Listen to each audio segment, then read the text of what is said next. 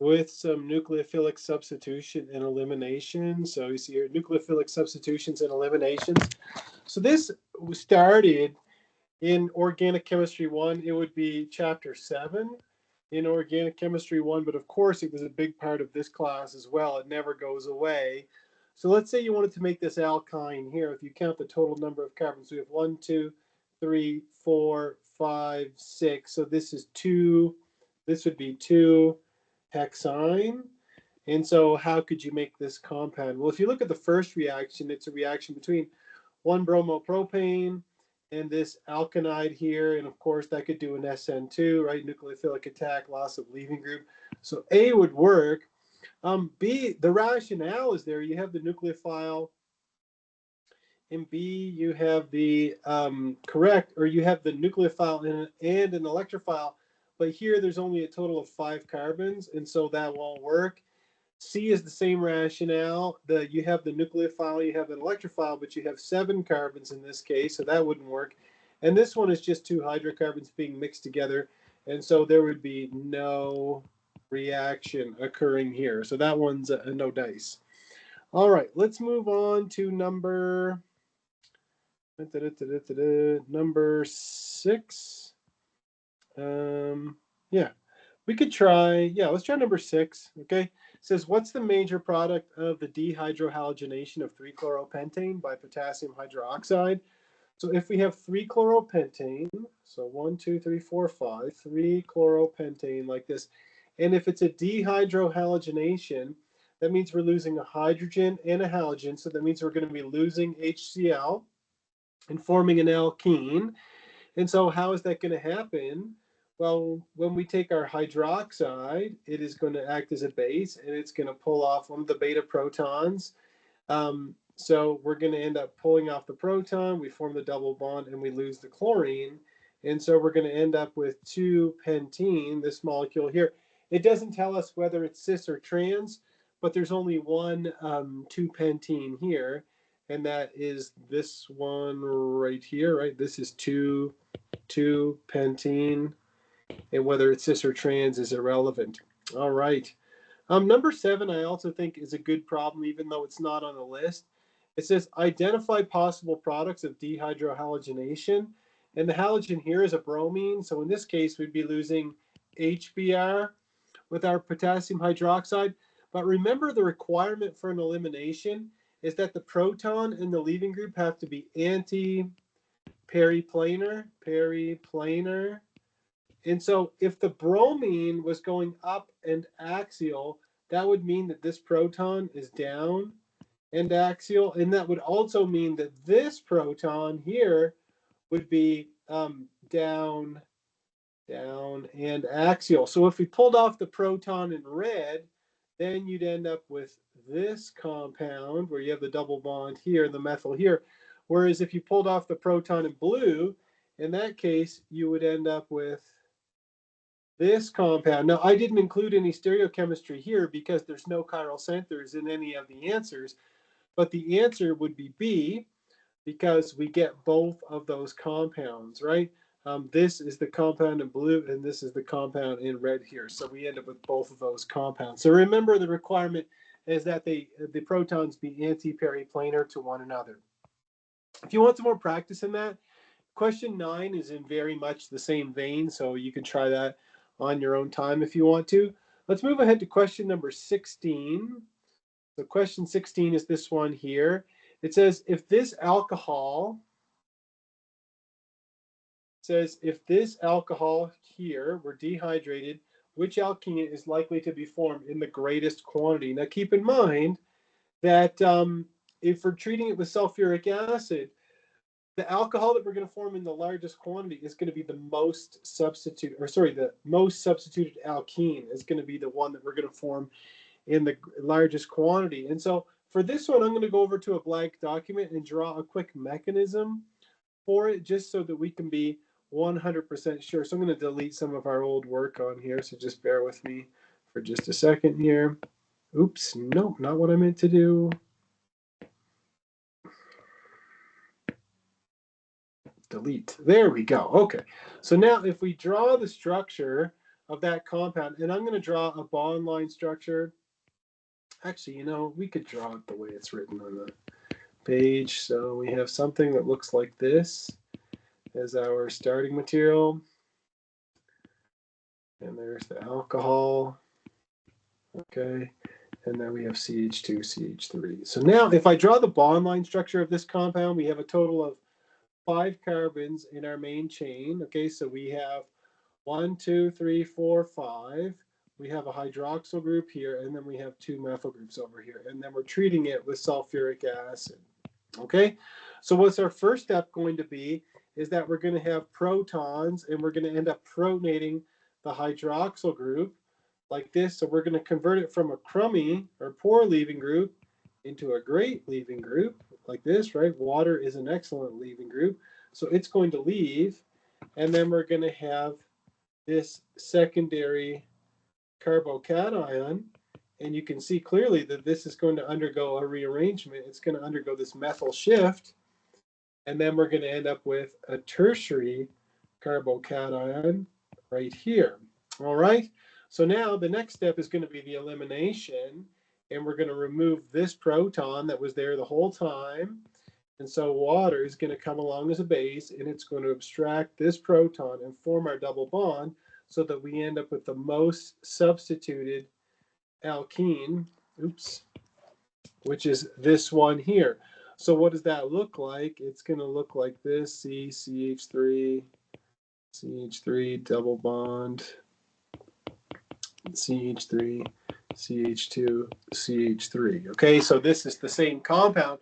So now we're going to go back to the study guide and see if we can find that compound in there. And let's go, where was I? I was over here somewhere, right here. Okay, and you can see that that is compound B. That is what I did. So remember that there's going to be a rearrangement that occurs here so that we end up with the Zaitsev product. We end up with the most substituted product, Zaitsev. All right, let's move on from there to question number 17. It says, if you are going to dehydrate cyclohexanol with sulfuric acid, so if you're going to take cyclohexanol, this compound, and treat it with sulfuric acid and make cyclohexene, okay, what's the first step going to be here? Could anybody answer this one for me? Is it going to be just loss of hydroxide? Is it going to be protonation, loss of a proton by the alcohol? Is it going to be formation of a sulfite ester or protonation of the alcohol? Could anybody answer this one?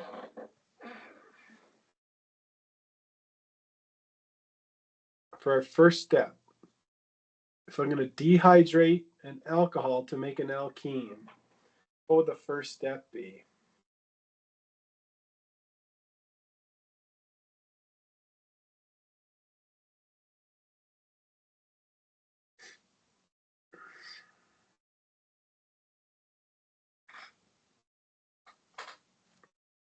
All right, this is, remember, this is a poor leaving group, okay?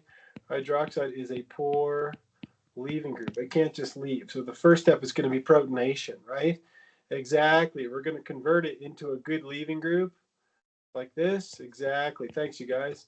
And then what's going to happen is water is going to come along as a base, abstract the proton, and you lose the leaving group and you form the double bond. Good. All right, number 20 is another good one.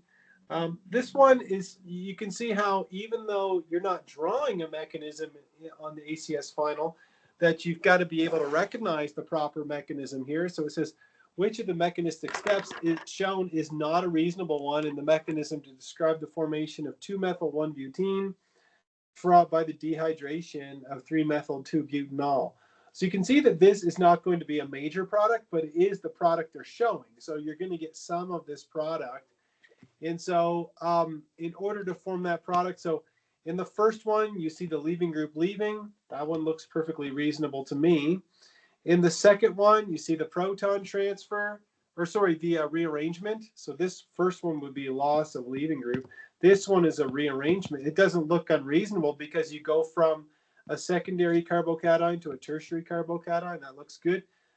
This one here is also a rearrangement, but this one is not going to occur. There's no reason why you would form a primary carbocation, and we don't see a double bond down here. So this one has got to be the answer. It's unreasonable. And then the last one shows the formation of the double bond by the proton transfer. And so this one looks reasonable too. And so the answer is going to be C. This one has nothing to do with forming 2-methyl-1-butene.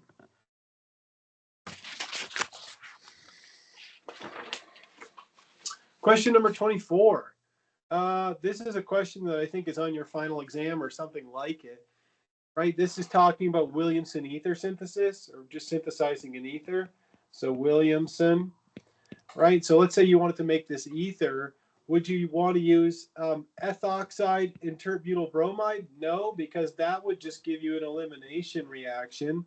The second one, you have ethyl magnesium bromide in this alcohol. Well, that's not going to work. You're just going to destroy your Grignard and end up with the alkoxide. So that doesn't produce an ether. The next one, you have T-butoxide and ethyl bromide. Yes, that is going to do an SN2, okay, loss of leaving group, and that will give you the product, the ether. And the next one, again, is a Grignard with an alcohol. That's just going to destroy your Grignard. So you'd actually end up with isobutane plus the alkoxide in this case. And so the answer is going to be C for this one. So make sure you look up the Williamson ether synthesis and that you're aware of how to draw a Williamson ether synthesis or determine which would be the best nucleophile and electrophile. Let's try question number 31. So moving along to 31, this one here. 31 just asks us, what's the proper mechanism for this elimination? So if I zoom in here, you can see that you have, so this is just a shorthand version of ethoxide. So this is sodium ethoxide, like this. So we're forming the double bond. We're losing sodium tosylate and ethanol, of course. So what's happening here is we're going to abstract the proton and lose the leaving group. So this is the correct mechanism right here, right? The ethoxide takes the proton, forms the double bond, lose the leaving group. There you go, because this is an E2, right? Everything occurs together, right? E together, not E one at a time. You can see that in B, I mean, what the heck is this arrow right here? I mean, you can see the tail of an arrow is starting on an atom. That's a huge no-no. This one here, I have no idea why a nucleophile would attack here. This one here, this would be an E1 mechanism, but it's not an E, right? This would be loss of leaving group and then a proton transfer. But this is not correct, right? They told you in the question that this is an E2 mechanism, right? E2 is simultaneous. Everything is occurring at the exact same time. Okay, let's try number 32, which is a reaction that involves a stereospecific elimination. So stereospecific reaction. So what is the major product of this reaction? We have the bromine and the proton, and they are not antiperiplanar, and they have to be antiperiplanar. So what I'm going to do is I'm going to leave it in the sawhorse projection like it's shown here. I'm just going to move the proton over here so that it will be antiperiplanar. And if I do that, it's going to look something like this. So I've got the methyl group, I've got the bromine. And remember that C6H5, that's a phenyl. So I'll just put the phenyl here.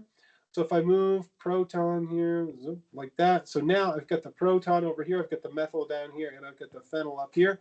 So now the bromine and the proton are antiperiplanar. So when the base, when your hydroxide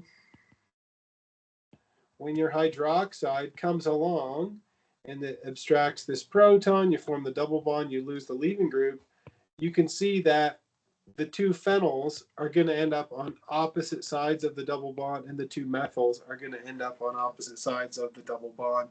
So there you go.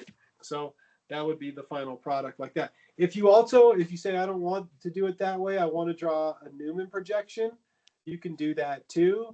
You'd have the methyl here, the phenyl here, the bromine down here, then you'd have the methyl here, the proton here, and the phenyl down here. So you could rotate it. So you put the hydrogen over here. So if you do that, you still have your bromine over here. You have your phenyl group over here. You have your methyl group up here. Now you've put the proton over here. You've got the methyl group here, and you've got the phenyl group over here. So when you do the elimination, you can see that the two phenols are on opposite sides and that the two methyl groups are on opposite sides. So you end up with the E compound like that. All right, either way works. They're both perfectly legitimate ways of solving the problem. Okay, let's try some electrophilic additions. So this is question number 1. So we'll have to go to the next part of the study guide. So let me just move here to part 2. So this is electrophilic additions. And so the first reaction is just what's the major product of the addition. Remember, if you have H2O and H plus together, they make H3O plus. And so this is just going to be a Markovnikov addition of water across that double bond. And so when we do the Markovnikov addition, the rich are going to get richer.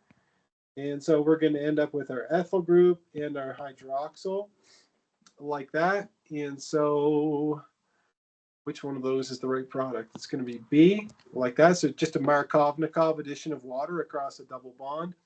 What about number 2? Okay, if you remember, I went over this with you in Organic 1, that when you see B2H6, okay, like we see right here, that's the same thing as saying borane THF, just another way of writing it.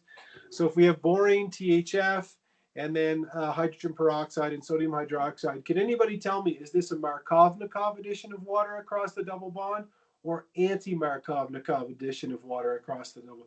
Exactly, it's anti-Markovnikov is the first one. And then Mustafa or anybody, could you tell me, is this syn addition or anti-addition? Is this syn addition or anti-addition?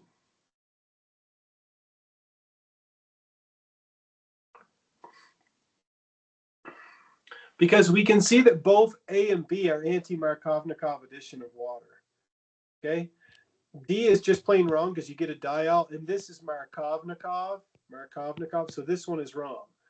So if you look at A, you see that the hydroxyl and the proton are on the same side of the molecule, whereas here the hydroxyl and the proton are on opposite sides of the molecule. So not only do you have to know that it's anti-addition, you have to know that it's syn addition as well. And so A would be the correct answer for this one. Okay, so you have to know that it's anti-addition. It's syn addition, it's anti-Markovnikov is what I should write here. So anti-Markovnikov, but the proton and the hydroxyl are added in a syn fashion. They're added to the same face of the molecule. All right, number 3, what's the best way to do this reaction? So if I want to go from this alkene, and then I want to put the alcohol on here, could anybody tell me what this is going on in this reaction? Is this a Markovnikov addition of water across the double bond or an anti-Markovnikov addition of water across the double bond? Is this Markovnikov or anti-Markovnikov addition?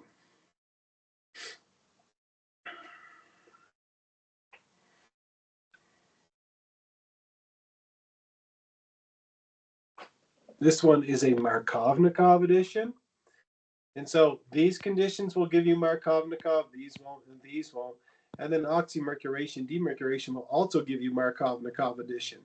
And so the question becomes, do I have to use D, because is there going to be a rearrangement? Well, if we just draw the bond line structure of the compound, right, this is the starting material.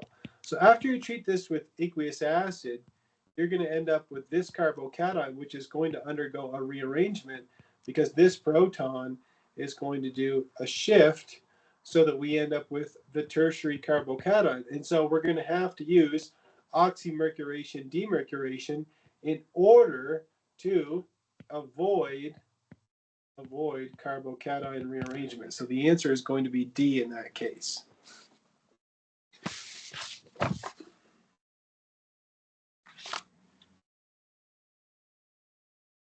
All right, next one, number 4.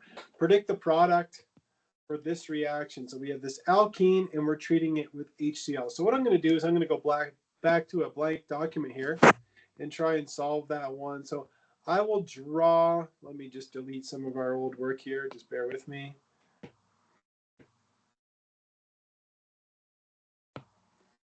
All right, so if we draw a bond line structure of the compound, it looks like this. So we have something that looks like this. So there's our alkene, and then we're treating it with HCl. And so we're going to get a Markov-Nikov addition across the double bond. So we end up with this secondary carbocation, and then we're going to have a hydride shift like this, which is going to give us what? We're going to end up with this compound, okay? And now the chloride can come in and do a nucleophilic attack. So we have our chloride, and that is a nucleophile that can come in and attack, and then we end up with this compound here. So that is the compound that we're going to get, which is, if you look at the answers, it's compound A. So let's go back here. Oops, that's the wrong one. Here we go. And so the answer is A. So be aware of, in this one, there's going to be a rearrangement when you do the Markov-Nikov addition of HCl across that triple or double bond. Okay, number 7, okay? Which set of reagents, I'll just ask you guys kind of a lightning round question. How would I do this transformation? If I want to go from this alkene to the primary alcohol, could anybody answer this one? Would it be A, B, C, or D?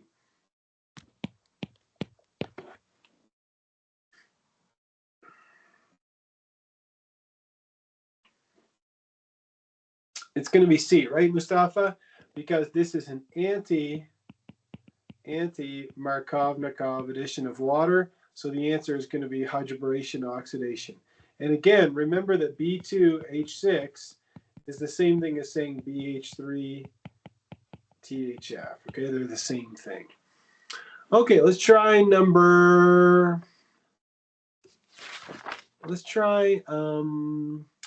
doing some electrophilic additions. So if we move forward here into some Diels-Alder chemistry. So this is question number 14, okay? So what is the major product of the Diels-Alder for this reaction? So if I draw some curved arrows, I'm going to have my concerted reaction, which looks like this. And then we could just draw the product. Now remember, this is a transalkene, so that means I'm going to get something that looks like this. I'm going to get a bridged bicyclic compound like this. There we go. And then I'm going to have one nitrile going down, and I'm going to have one nitrile coming up. And then I'm also going to get the enantiomer like this. And so, I mean, this one is just plain wrong. This one is just plain wrong. This one is wrong because it's got this. Now, this one is drawn kind of weird. I admit that, with this bond and this bond here. But it is the best answer, okay? Maybe their font wasn't working that well that day or something. But I think that this one is supposed to be pointing down, and then this one is supposed to be pointing up. But you can see all the other ones are clearly wrong. Let's try number 16. Number 16. Who could tell me what reagent I would use to take an alkene and make an epoxide out of these 4 reagents?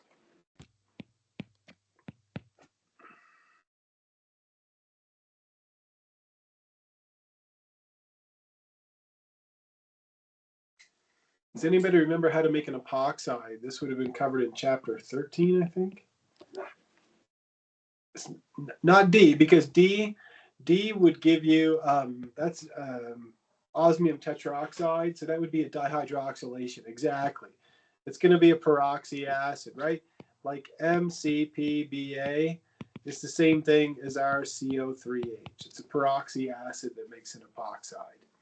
Cool beans. Let's keep moving, and let's try number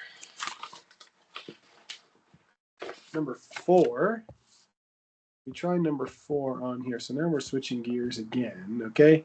So if I have a ketone, so this is a ketone, and you might remember this guy here, this is hydrazine. And when we mix a ketone and hydrazine, we get a hydrazone. They sang about it in Top Gun, Highway to the Hydrazone. Anyhow, could anybody tell me which one of these compounds, A, B, C, or D, is a hydrazone? Which one of these looks like the right answer based off of what we covered in the aldehydes and ketones chapter? So this is chapter 19.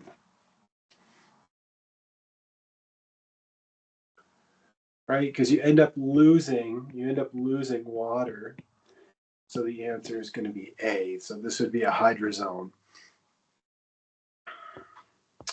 Okay, let's talk about some protecting groups here. It says, what is the main product that can be isolated here? So we have ethylene glycol with a ketone, and then we have tosic acid or toluene sulfonic acid, which is a strong acid, and C6H6 is benzene, which is just the solvent. So if I take a ketone, catalytic amount of acid, and ethylene glycol, so this compound, we used to write it like this, ethylene glycol like that. Which one of these is going to be the correct product? Would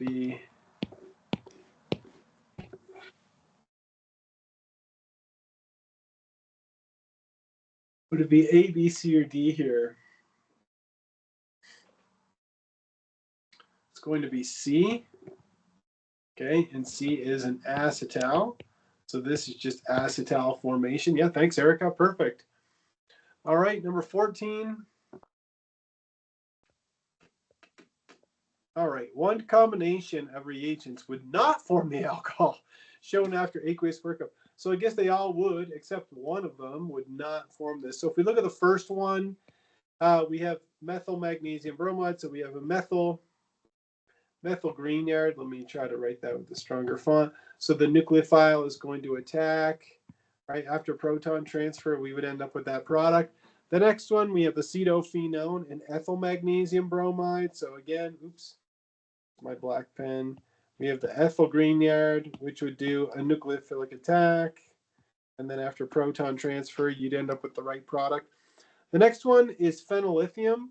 And you could treat this as a carbanion in a way, right? And this is being positive. So this is going to do a nucleophilic attack here. So you'd end up with the alcohol, a methyl group, and an ethyl group. So this is going to work as well. So these are all good. I hope the last one is wrong. So the last one we have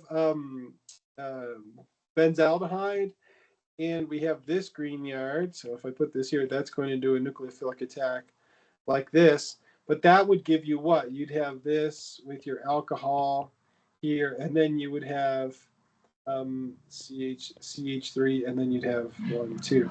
So this would be the wrong product, okay? So this is not correct. So the answer is D, gives you the wrong product. Number 16, I think, is in the same kind of area. So we have benzaldehyde and phenolithium. Phenolithium is our nucleophile, so we could put in a lone pair here like that, and then it's going to do a nucleophilic attack like this, which is going to give you this compound. So you'd have this alkoxide like this, and then after proton transfer, after you treat this with H plus and H2O, you're going to end up with this alcohol. So you can see that that is B. Okay. Let's see. Let's do a couple more.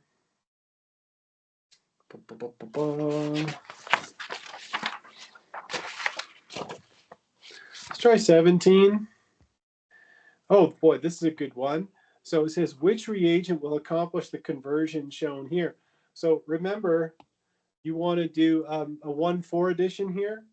So this is a 1,4 addition, right? So we want to add to this. So this is alpha, this is beta. So we want to do conjugate addition here.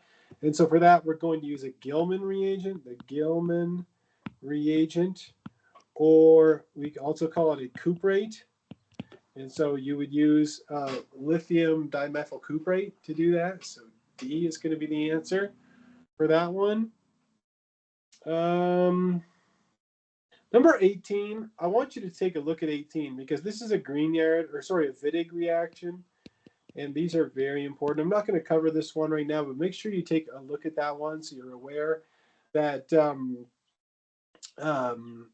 yeah, the correct order of everything here, that you're going to use the phosphine to do an SN2, then you make the phosphonium. So it's 2, then 1, then 3. So 2, 1, 3. So make sure you review your Wittig chemistry and the order of operations in Wittig chemistry. Let's see here, for 21. Yeah, so again, this is another Wittig reaction, which is a Nobel Prize winner. So you want to make sure you're aware of that. So here we have the phosphonium salt. We're treating it with butyllithium. So this here represents butyllithium, C4H9Li. So that's just a really strong base. So what's going to happen in the first step is you're going to end up with pH3. You're going to end up with this, okay, the ylene. ¿Cómo te pones? Pues sí, Oh, te lo dicen los chiquillos. No, pero cuando está limpio. Ah, eso ya, y si yo no sé. Te digo, yo no te voy a hacer tu puerta, ¿eh? Ya no me la haces. Pues no, ya. Ahora sí. Holy smokes, that scared me. All right, where am I? Okay, so then we have our Wittig reagent, okay, and then that's going to do the Wittig reagent or Wittig reaction on our carbonyl here. So then we're just going to have CH3, CH2. So this is going to be the product that you're going to form, and then you have your double bond. Oops, come on, like that. So is that one of the products? There it is right here. You just see that they just rotated this bond here, but it's A. So again, this is another Wittig reaction. There we go.